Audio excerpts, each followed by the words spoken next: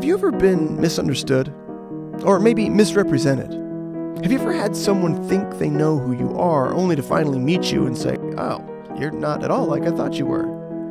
We've all, at different times, been labeled. We've all had things assumed about us that aren't true. And the truth is, we do this with God too. Millions of us go through life and we think we know all about God. We've heard of Jesus. We've heard of the 10 Commandments. We know most of the rules. But do we know who He truly is? Do we know what He's really like?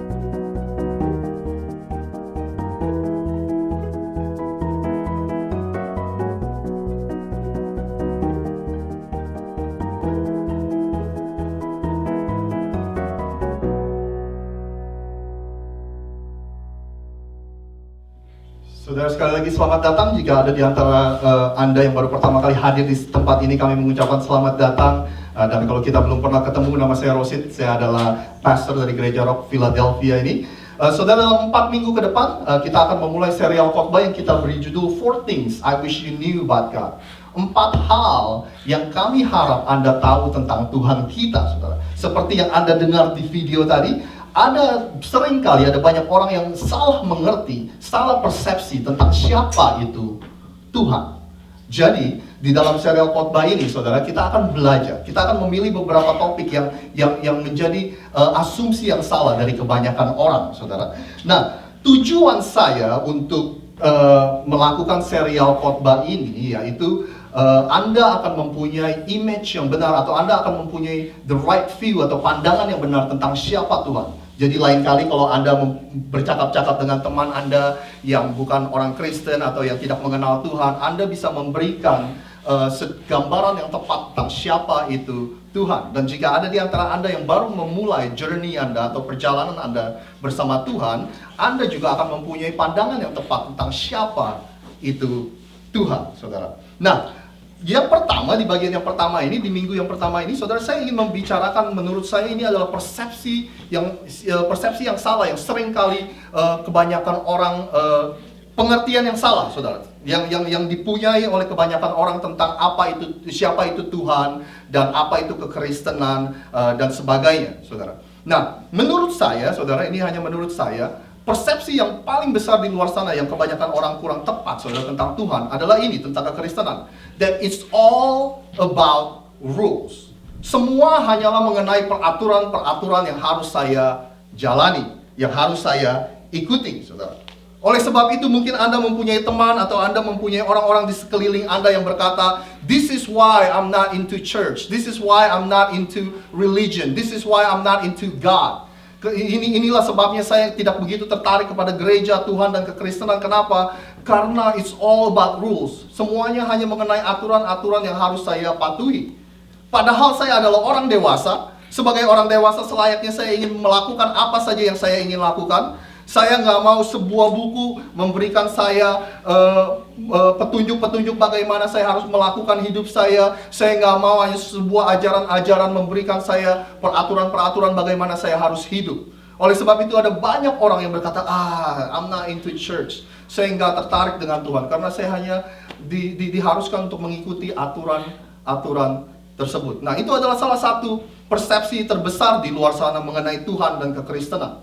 Anyway, ngomong-ngomong soal peraturan, saya nggak tahu apakah Anda pernah mendengar atau membaca peraturan-peraturan yang lumayan aneh, saudara, yang ada di seluruh dunia, yang dianut oleh negara-negara yang berbeda. Saudara, mungkin ya bagi Anda yang pernah berkunjung ke negara Singapura, saudara tahu bahwa di Singapura itu adalah illegal untuk kita berjualan gum, saudara, permen karet atau mengkonsumsi permen karet. Benar nggak sih, saudara? Benar? Ya. Nah, peraturan yang selanjutnya, ini peraturan yang lumayan sangat kejam, saudara. Saya nggak tahu apakah Anda pernah mendengarnya, dan bagi Anda yang pernah tinggal di negara ini, mungkin Anda bisa konfirmasi apakah benar. Ternyata di Jepang, saudara, we break the law, kita melanggar hukum kalau kita overweight, kalau kita kegemukan, saudara. Menurut hukum di Jepang, saudara, kalau Anda berumur 40 tahun ke atas, bagi yang pria, you cannot have a waistline atau lingkar pinggang lebih dari 34 inches. Dan bagi wanita, kita nggak boleh mempunyai lingkar pinggang lebih dari 35 inci, saudara. Hukum yang begitu kejam, ya kan, saudara? Nah, saudara, tahukah Anda di Swiss, di negara Swiss, ada hukum yang berkata bahwa Anda tidak diizinkan untuk memflush toilet di atas jam 10 malam. Katanya itu mengganggu, suaranya mengganggu, saudara. Nah, saya hanya mikir, saudara, kalau di atas jam 10 Anda harus ke kamar mandi. Saya hanya kasihan sama orang yang pertama kali menggunakan kamar mandi keesokan harinya. Ya kan? Mungkin sebuah hukum yang lebih dekat dengan kita di negara bagian atau di state Florida. Ternyata ada hukum yang berkata bahwa Anda tidak boleh buang gas di depan umum atau kentut di depan umum di atas jam 6 sore. Nah, jadi kalau jam 5.59 Anda masih boleh. Tapi kalau jam 6.01, you better go to the corner, saudara kesetuju. Nah, anyway, saudara, tentang peraturan-peraturan ini ada banyak orang yang tidak tertarik dengan agama, dengan kekristenan, dengan Tuhan, karena mereka berkata ini is all about rules, ya kan? Tapi kalau kita pikir-pikir, memang kita nggak bisa menyalahkan orang juga, benar kan, saudara? Karena setiap, almost every major religion, hampir semua agama yang ada di dunia ini, mereka mempunyai peraturan-peraturan sendiri, benar ya, saudara? Mungkin kalau Anda familiar dengan Islam, di Islam ada yang namanya 5 pilar Islam. Ya kan, kalau Anda familiar dengan Judaism atau Judaisme, mereka mempunyai 600 lebih hukum Taurat yang harus ditaati, saudara. Kalau Anda familiar dengan ajaran Buddha, saudara. Saya tumbuh dan besar di papa mama saya beragama Buddha. Sekarang mereka sudah menjadi agama Kristen, saudara. Dan saya waktu kelas SD kelas 1 sampai kelas 6, saya sekolah SD di sekolah Buddha. Bahkan untuk lulus SD saya harus menghafal doa agama Buddha, saudara.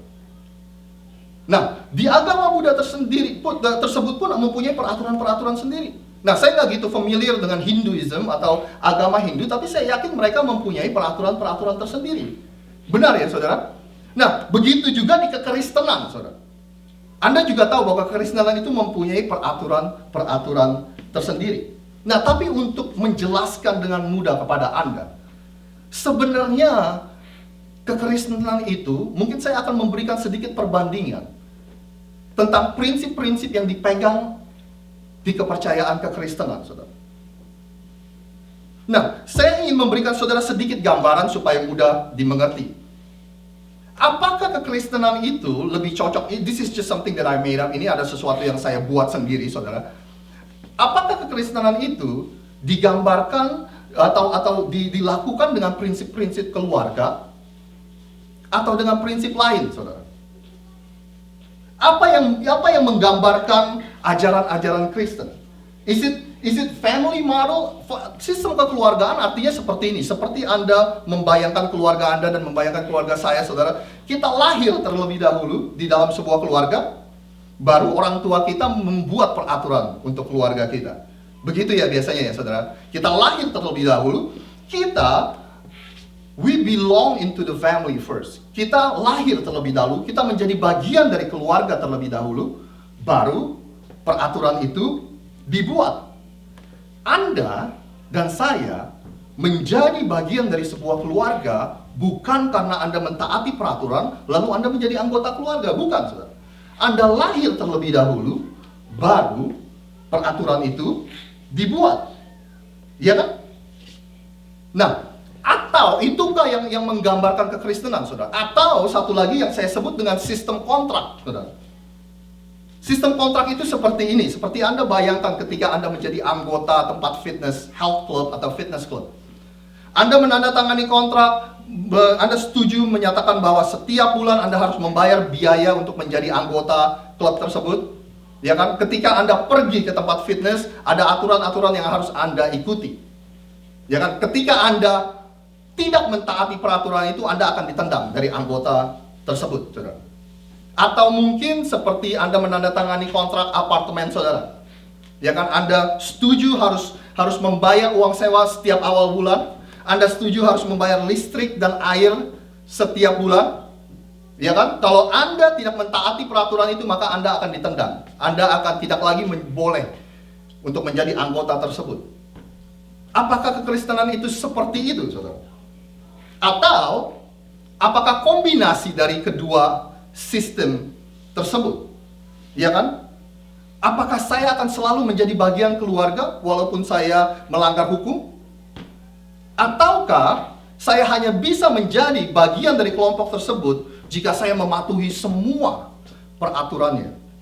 Ya kan? Nah, disinilah kadang-kadang kita suka bingung, saudara. Ya kan, karena seringkali kita mendengar ketika kita datang ke gereja, saudara, kita seringkali mendengar bahwa kita, Anda dan saya adalah bagian dari keluarga Tuhan. Tetapi saudara, kita merasa kita bukan bagian dari keluarga Tuhan. Kenapa? Karena kita merasa kalau kita melanggar hukum, saudara, maka kita akan ditendang keluar. Iya kan? Karena kita selalu dibuat merasa bersalah, saudara.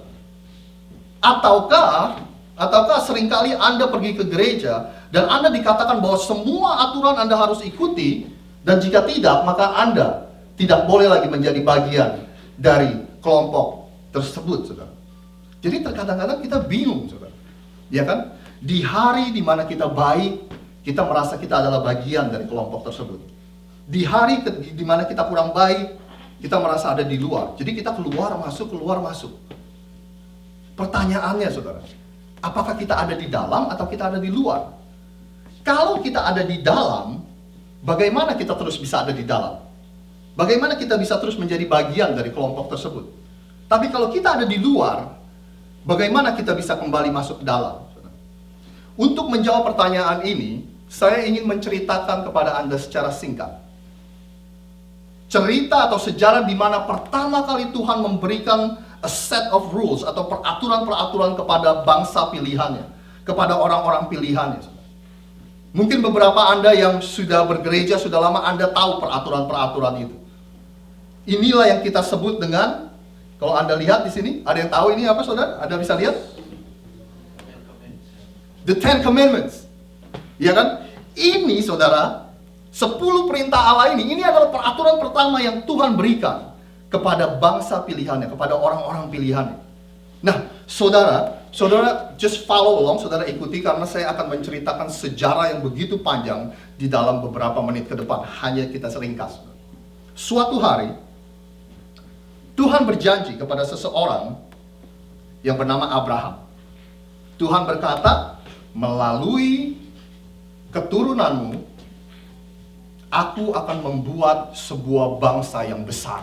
Aku akan menciptakan sebuah bangsa yang besar. Nah, tentu saja waktunya Tuhan berbeda dengan waktu kita. Janji Tuhan tidak tergenapi secara langsung. Dengan singkat cerita, Abraham mempunyai anak yang bernama Ishak, saudara. Ishak mempunyai anak yang bernama Yakub. Yakub adalah cucu dari Abraham. Yakub mempunyai 12 anak. Salah satu anaknya yang saudara sering dengar khotbahnya, saudara sering dengar ceritanya, adalah seseorang yang bernama Yusuf. Saudara, kalau Anda besar di gereja, Anda sering mendengar cerita ini. Tetapi kalau Anda belum pernah mendengar cerita Yusuf, biar saya ceritakan dengan cepat. Yusuf, saudara, dia dibenci oleh saudara-saudaranya. Suatu hari saudaranya menjual adiknya ini, Yusuf, sebagai budak. Mereka saudara-saudaranya bilang ke papanya, bilang ke orang tuanya, Yusuf mati dimakan hewan buas. Ya kan? Nah, dari perjalanan Yusuf ini selama lebih dari 10 tahun, sekitar 13 tahun. Yusuf yang awalnya dijual sebagai seorang budak, hidupnya 13 tahun kemudian dia ada di tanah Mesir. Bukan hanya dia ada di tanah Mesir, but now he became the second most powerful man in Egypt. Dia menjadi orang terkuat nomor 2 di tanah Mesir. Yang pertama tentu aja pemimpin Mesir yang bernama Firaun, saudara. Firaun lebih seperti kayak ke title gitu ya, saudara, kayak Sultan Hamengkubuwono ke-1, ke-2, ke-3 gitu. Jadi Firaun adalah orang terkuat di Mesir. Dia berkata kepada Yusuf, Joseph, you can take care of this land. Engkau yang in charge, engkau yang memegang kekuasaan di tanah ini. Jalani negara ini, jalani tanah Mesir ini. Nah, waktu Yusuf ada di kursi kepemimpinan, ada banyak orang-orang Yahudi pindah, saudara, dan tinggal di tanah Mesir. Tapi setelah Yusuf meninggal, dan dia mulai dilupakan cerita hidupnya, saudara, orang-orang bangsa Mesir mulai melihat ke sekeliling mereka. Orang-orang Yahudi setiap hari jumlahnya bertambah banyak. We have to do something about it. Kita harus melakukan sesuatu terhadap orang-orang Yahudi ini yang jumlahnya setiap hari bertambah. Akhirnya singkat cerita, mereka menjadikan semua orang-orang Yahudi yang tinggal di tanah Mesir sebagai budak. Dan selama 400 tahun, orang-orang Yahudi yang tinggal di tanah Mesir, mereka menjadi budak. Saudara bisa bayangkan sebentar bagaimana conversation mereka, percakapan mereka di meja makan malam, saudara, di meja dinner, saudara. Seorang orang tua berkata kepada anak-anaknya bahwa Tuhan berjanji kepada leluhur kita Abraham bahwa Dia akan menjadikan kita bangsa yang besar. Setiap malam mereka bercerita, ya kan? Anak-anak ini tumbuh besar, mereka mempunyai anak lagi, mereka bercerita lagi. Tapi lama-kelamaan mereka berkata, bangsa yang besar seperti apa kita ini budak. 400 tahun, saudara. Generasi ke generasi mereka jadi budak di tanah Mesir. Akhirnya God decided, Tuhan memutuskan untuk memilih satu orang, saudara, yang bernama Musa. Dan Tuhan berkata, Musa, engkau pergi ke Firaun dan katakan Firaun untuk membebaskan. Let go of my people, bebaskan orang-orang pilihanku, bangsa Yahudi.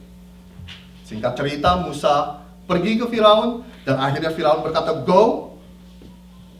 Dan Musa, saudara, memimpin orang-orang Yahudi tersebut keluar dari tanah Mesir menuju ke sebuah tempat yang Tuhan sudah janjikan, yaitu tanah perjanjian.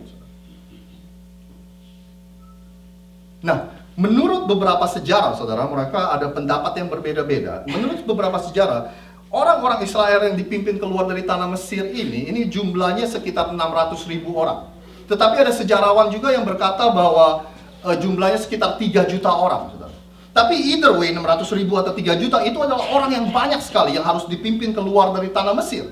Ya kan, saudara? Dan bukan hanya itu saja, orang-orang ini mereka sudah menjadi budak selama 400 tahun, saudara. Jadi ini yang saya mau katakan, saudara, perhatikan baik-baik. Mental mereka, cara pikir mereka, kelakuan mereka, semua seperti budak, saudara. Karena itu yang mereka tahu. Selama 400 tahun mereka bangun setiap pagi. Kakeknya, neneknya, orang tuanya, dia sendiri, saudara, setiap hari dia bangun sebagai budak. Jadi mereka tidak tahu bagaimana mereka harus hidup sebagai warga yang baik. Mereka tidak tahu bagaimana harus hidup sebagai penduduk yang baik. They don't know how to live and treat each other. Mereka tidak tahu bagaimana memperlakukan teman-teman di sekelilingnya, saudara. Nah, disinilah Tuhan memberikan mereka pertama kali peraturan-peraturan bagaimana kamu harus hidup. Jadi itu sejarahnya, saudara. Nah, tetapi ada satu yang saya ingin Anda perhatikan, yang ini akan menjadi poin khotbah hari ini. Sebelum Tuhan berkata, sebelum Tuhan memberikan peraturan ini yang Tuhan katakan kepada mereka, bangsa Yahudi, orang-orang pilihannya. Tuhan berkata seperti ini. Allah berbicara dan inilah kata-katanya.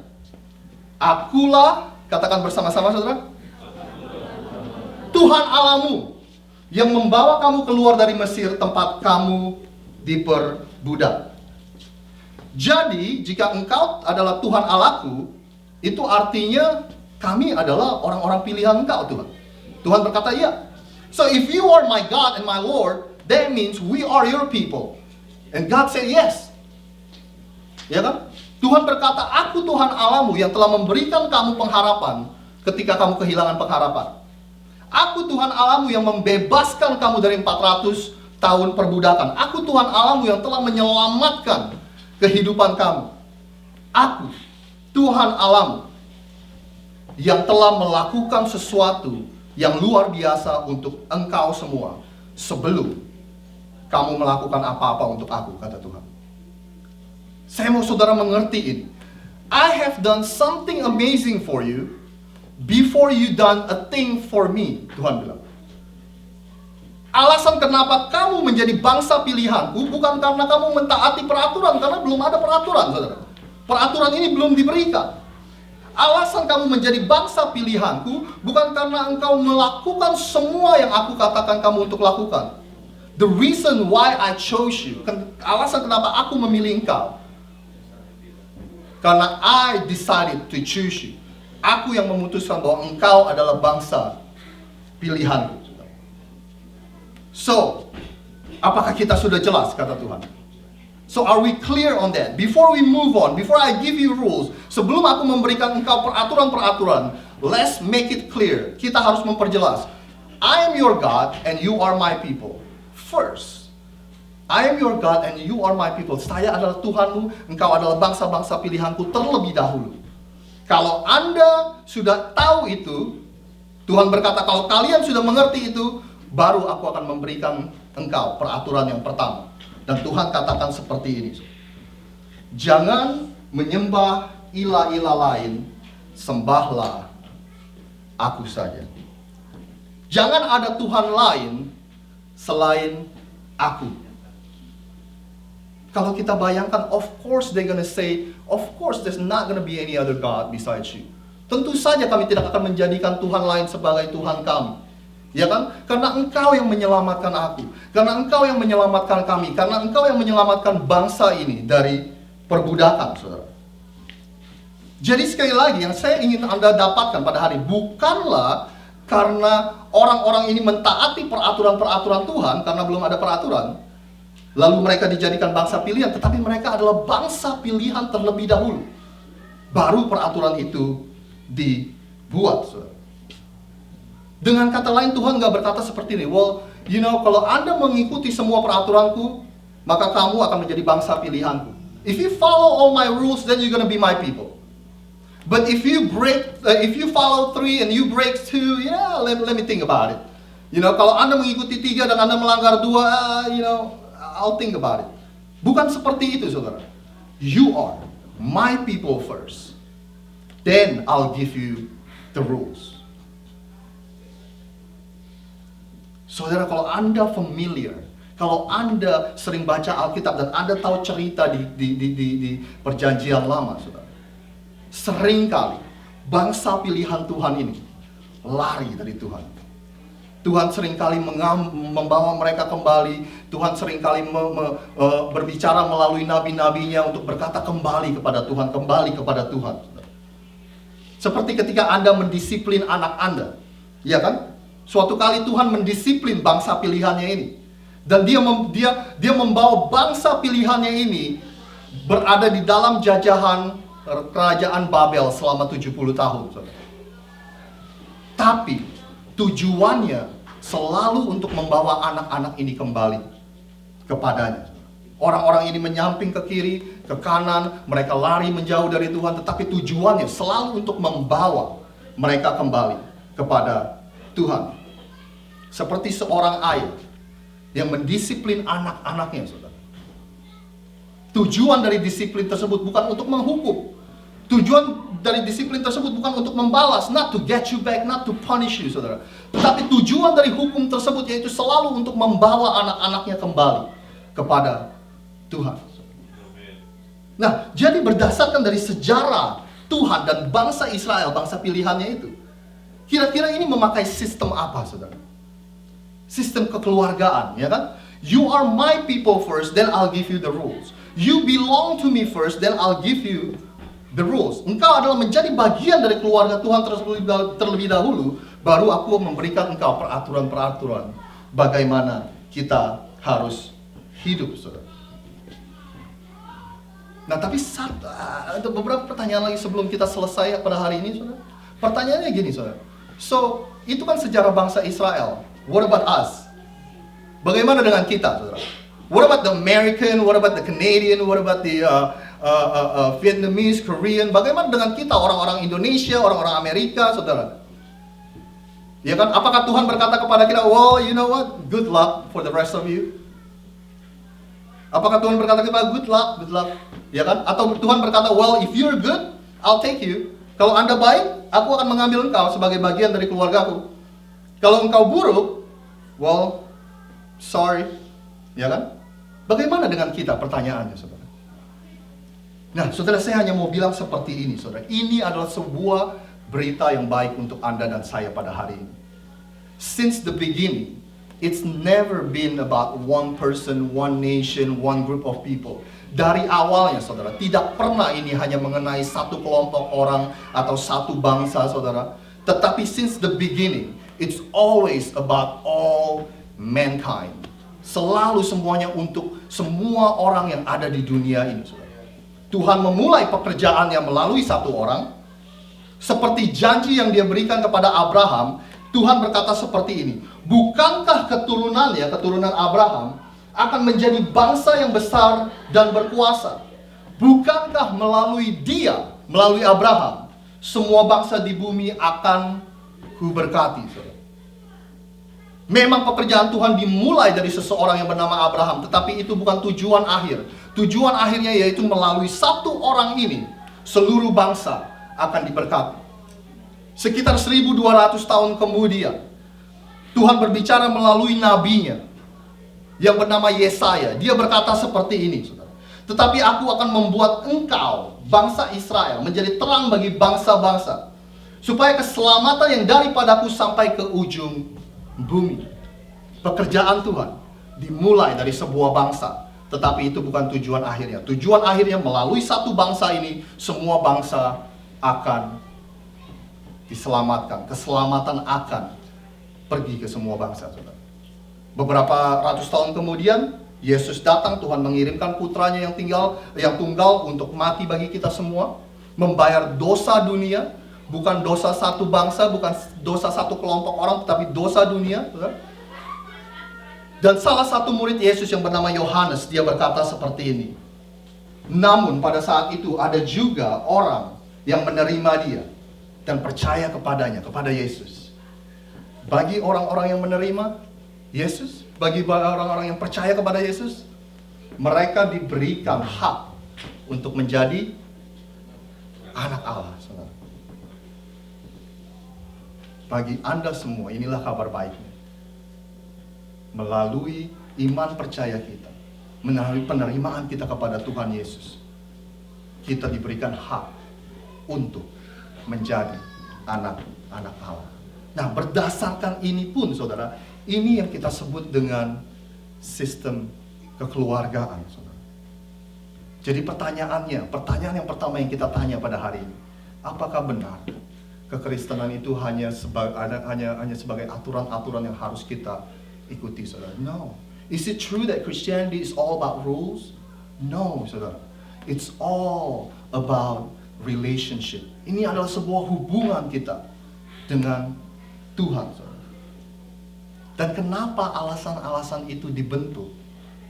Karena Anda sudah menjadi bagian dari keluarga Tuhan, maka Tuhan berkata, inilah peraturan-peraturan untuk anak-anakku, untuk keluargaku. So you guys, Anda dan saya, we are God's family first, and then Tuhan berikan kita peraturan-peraturan. Dan peraturan-peraturan itu ada sebagai bukti Tuhan mengasihi kita. Peraturan-peraturan ada itu sebuah konfirmasi bahwa kita adalah keluarga Tuhan. Dalam apapun yang Anda lakukan, dalam tahap kehidupan Anda, baik Anda sekarang yang masih sekolah, kerja, atau yang sudah menikah, belum menikah, di tahap manapun dalam kehidupan Anda, peraturan-peraturan itu ada. Karena Tuhan berkata, you can trust me. When I ask you to do something, you can trust me. Ketika aku mau engkau melakukan sesuatu, you can trust me. Anda bisa mempercayai Tuhan, saudara. Karena sekali lagi, kita adalah anak-anaknya, dan kita adalah bagian dari keluarga Tuhan.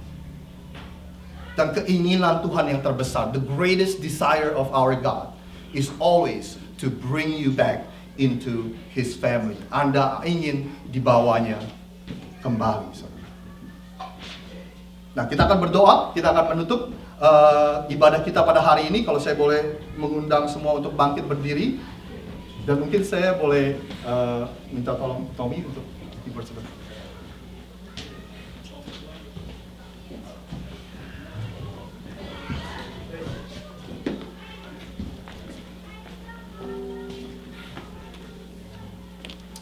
Saudara, Anda boleh memejamkan mata Anda boleh menundukkan kepala Anda, kita dalam sikap berdoa. Saudara, apa yang Anda dengar hari ini? Mungkin Anda sering dengar bahwa Anda adalah anak-anak Tuhan, Anda adalah bagian dari keluarga Tuhan. Tapi jangan biarkan saudara, pernyataan-pernyataan seperti ini hanya sampai di kepala kita, saudara. Tapi biarlah pernyataan-pernyataan ini bisa terukir di hati setiap kita, bahwa kita adalah anak-anak Allah. Saudara, bayangkan sebentar, kepercayaan diri yang seperti apa yang Anda akan punyai ketika Anda tahu bahwa Anda adalah anak-anak Allah. Bagaimana Anda akan menghadapi hidup ini jika sudah terukir di dalam hati Anda bahwa Anda adalah anak-anak Allah? Ketika Anda mengalami persoalan, ketika Anda mengalami masalah, bayangkan sebentar, saudara, apa yang akan Tuhan lakukan untuk anak-anaknya. Saudara, jangan biarkan, saudara, apa yang Anda dengar pada hari ini hanya sampai di pikiran kita, saudara, tapi biarkan itu terukir di dalam hati setiap kita. Man, what kind of confidence will you have if you know that you are God's children? Saudara, hambamu berdoa, Tuhan, hambamu berdoa supaya biar apapun yang disampaikan pada hari ini, Tuhan, boleh kami serap, boleh kami taruh di hati kami, Tuhan. Biar sampai kapanpun kami tidak akan pernah lupa dengan kebenaran ini, bahwa kami adalah anak-anak. Kami tidak sempurna. Seringkali kami masih juga melanggar peraturan-peraturan yang Tuhan berikan. Tetapi kami percaya, Tuhan, Engkau yang telah memulai pekerjaan-Mu di dalam kehidupan kami. Engkau yang akan membantu setiap kami untuk mengakhiri perjalanan hidup kami. Kekuatan kami berasal daripada Engkau. Kemampuan kami, Tuhan, berasal daripada Engkau. Keputusan yang kami ambil setiap hari dalam hidup kami, Tuhan, berasal dari hikmat-Mu, Tuhan.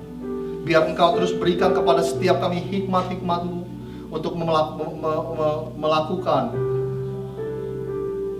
pekerjaan-pekerjaan-Mu, Tuhan, untuk memutuskan sesuatu yang benar dan yang berkenan kepada Engkau, Tuhan. Terima kasih, Tuhan. Terima kasih Engkau telah mengambil setiap kami, mengadopsi setiap kami sebagai anak-anak-Mu, dan kami boleh tinggal di dalam keluarga. Biar saudara terima kebenaran itu. Dan bagi Anda yang baru pertama kali mendengar ini, atau bagi Anda yang belum pernah menerima Kristus di dalam kehidupan Anda, bolehlah Anda mengambil atau menerima kebenaran ini ke dalam hidup Anda. Anda boleh berdoa, dalam hati juga boleh, dan berkata, Tuhan, kami mau termasuk, kami mau menjadi bagian dari keluarga. Yang saudara harus lakukan sangat sederhana sekali. Yang saudara harus lakukan hanyalah menerima Tuhan Yesus sebagai Tuhan dan Juru Selamat Anda, dan percaya bahwa Dia adalah Tuhan dan Juru Selamat Anda. Dan dari situ, menurut firman Tuhan, Anda akan diberikan hak untuk menjadi anak-anak Allah. Terima kasih atas kebenaran-Mu yang begitu luar biasa. Saudara boleh angkat tangan Anda. Gereja Rock Philadelphia, hamba-Mu katakan berkat atasmu. Terimalah berkat Allah Bapa, Putra, dan Roh Kudus. Berkat di dalam nama Tuhan Yesus. Yesus berjanji bahwa I come to give you life and life to the full. Aku datang untuk memberikan engkau hidup, dan hidup yang berkelimpahan. Berkelimpahan dengan tujuan-tujuan ilahi berkelimpahan dengan rencana-rencana Tuhan yang luar biasa dalam hidup Anda. Berkelimpahan dalam berkat Tuhan. Dan kami terima janji-Mu itu Tuhan. Hanya di dalam nama Tuhan Yesus. Semua yang percaya telah menerima janji Tuhan. Sama-sama katakan amin. Amin. Happy Sunday, God bless you. Kasih salam samping kiri kanan Anda, katakan Happy Sunday, Tuhan memberkati.